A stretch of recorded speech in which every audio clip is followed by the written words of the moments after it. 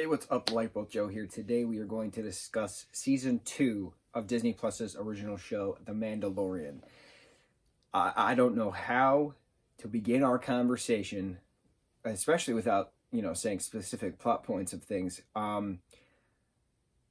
We have the live-action iteration of Bo-Katan. We have Reeves. We have the live-action iteration of Ahsoka Tano.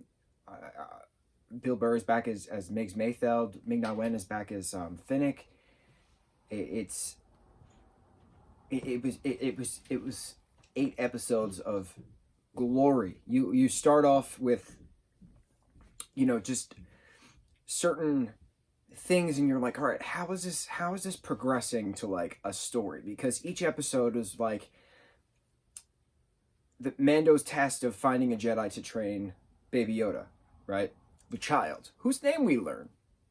And so each episode, one after the other, was like, okay, I'll help you find this if you help me do this, right? So it was like a side quest after a side quest, right? You had the ice spiders with the frog lady. You had just one thing after another. And then all of a sudden, I mean, like, my mind's erasing. The first episode, we had Mando back on Tatooine, helping team up with Tusken Raiders to defeat the Krayt Dragon. That was intense, absolutely intense. And there was the Frog Lady quest, and then there was the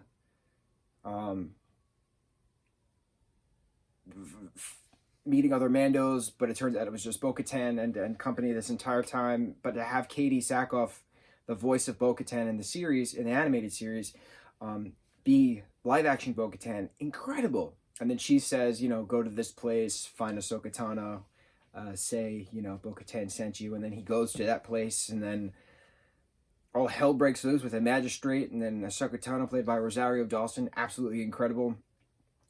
Absolutely incredible. The episode's called The Jedi, and Dave Filoni, of course, directed it, because that's his character. Ahsoka Tano is his character. And getting the spear made of pure Beskar from the magistrate, and then Ahsoka Tano's like, show me where Grand Admiral Thrawn is, and you're like, whoa, like that's like throwback to Star Wars Rebels, right?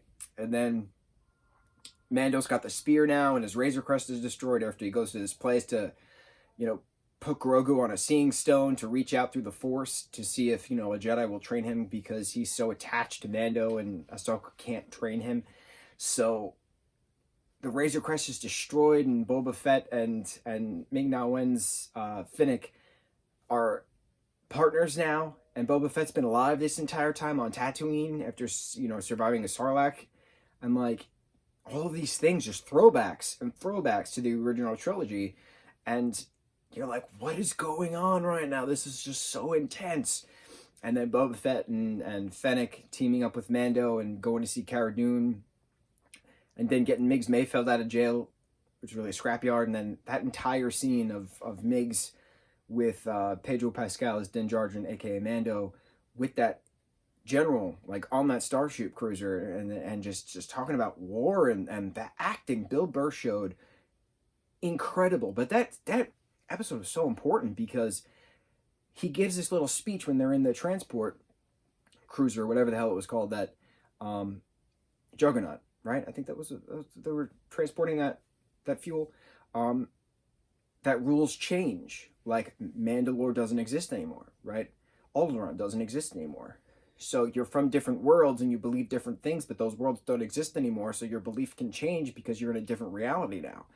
And it was really cool, like, that whole adapt or die kind of situation, because Mando's thing is he's not allowed to take his mask off and show his face, or show his face to a living, creature. But what is it? Because one is very different than the other.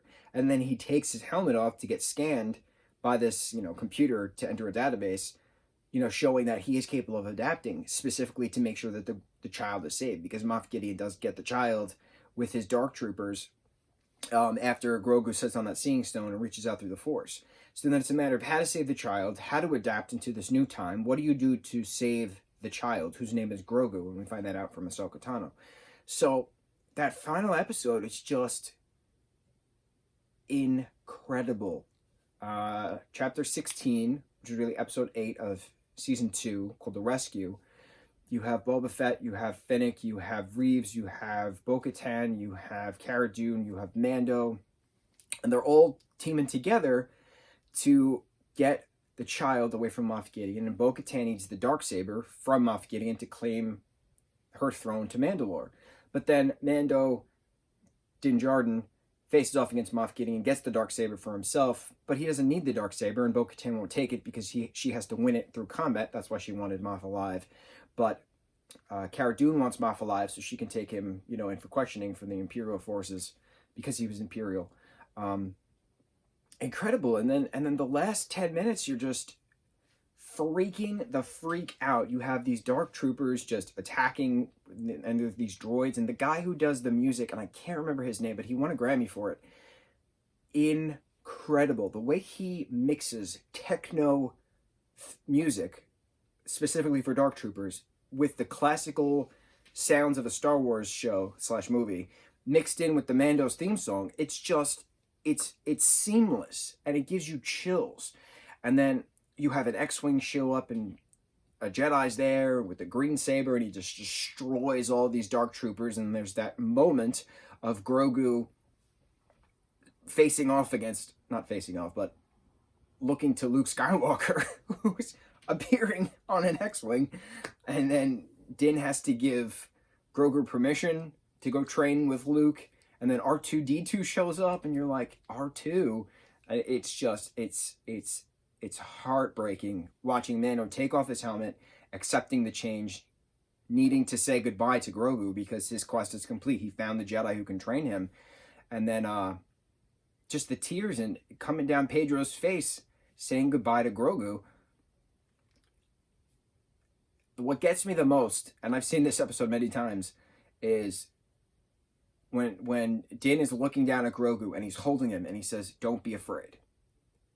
And it just gets me every single time. And the acceptance of adaptation, that rules can be broken. And that was that whole thing from Migs. And so the question is, Grogu goes with Luke, who obviously is going to be starting that Jedi school. And we learned that from Rise of Skywalker, episode, 6, 7, 8, 9, episode 9. So what happens with that? What is Mando going to do now that his quest is done? Is Bo-Katan going to fight Mando to get the saber? Is Cara Dune going to bring Moff in for questioning or just kill him? Like, there's a lot of what ifs, but then at the end, when you watch through the credits, you have Boba Fett and Fennec going back to Jabba the Hutt's palace, where his lieutenant, and I can't remember his name, but it's the guy. He's like really pale, and he's got like that curly thing coming down as like a scarf, right above the what's that monster's name? Ragnar?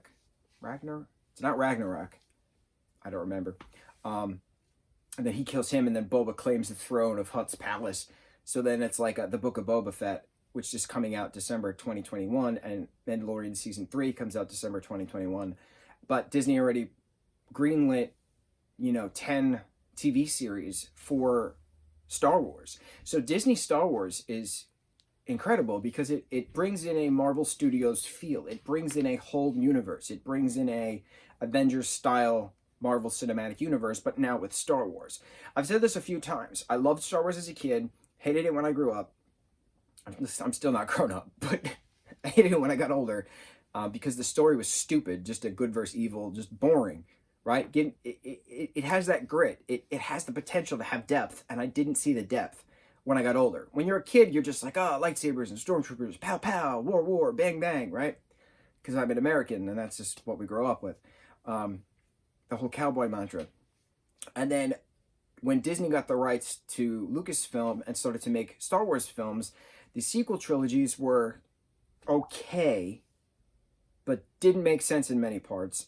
And then when Rogue One came out, I was like, yo, this is Star Wars. This grit. This is Star Wars. This space western, these space pirates, this is grit. And then Solo came out, and I was like, yo, this is Star Wars. This makes sense. And a lot of people had their issues with it because it wasn't the Skywalker saga. And I was like, yep, that's not the point of Star Wars. And that was kind of what Clone Wars and Rebels and Rebels was alluding to, that there's other stories to be told in a galaxy far, far away, a long time ago in a galaxy far, far away. It's a galaxy. It's not one couple of people's story that rules an entire galaxy. It's a galaxy of stories. And then when Mandalorian came out last year, I was like, this is it. This is it.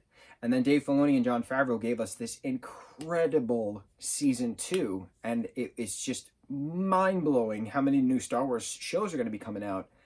I am so excited to see all of this. I'm so excited to see this. I'm so excited to be living this, because it is just so nostalgic, but nostalgic for the little kid in me who was very happy to throw around a lightsaber, because I wasn't really paying attention to story. But now that I know story, to see this beautifully crafted story. So thank you, John. Thank you, Dave, for putting this together. I expect all of the awards to be given to all of you, especially the guy who does the music, and I can't remember his name. Incredible. Absolutely incredible. I'm going to get choked up again if I just picture Pedro holding that puppet saying, "Don't be afraid." It's just something we all need to hear. And it's powerful. The whole Migs Mayfell talking about Bernard Khan with the ticks in his face, just incredible, and deep breaths.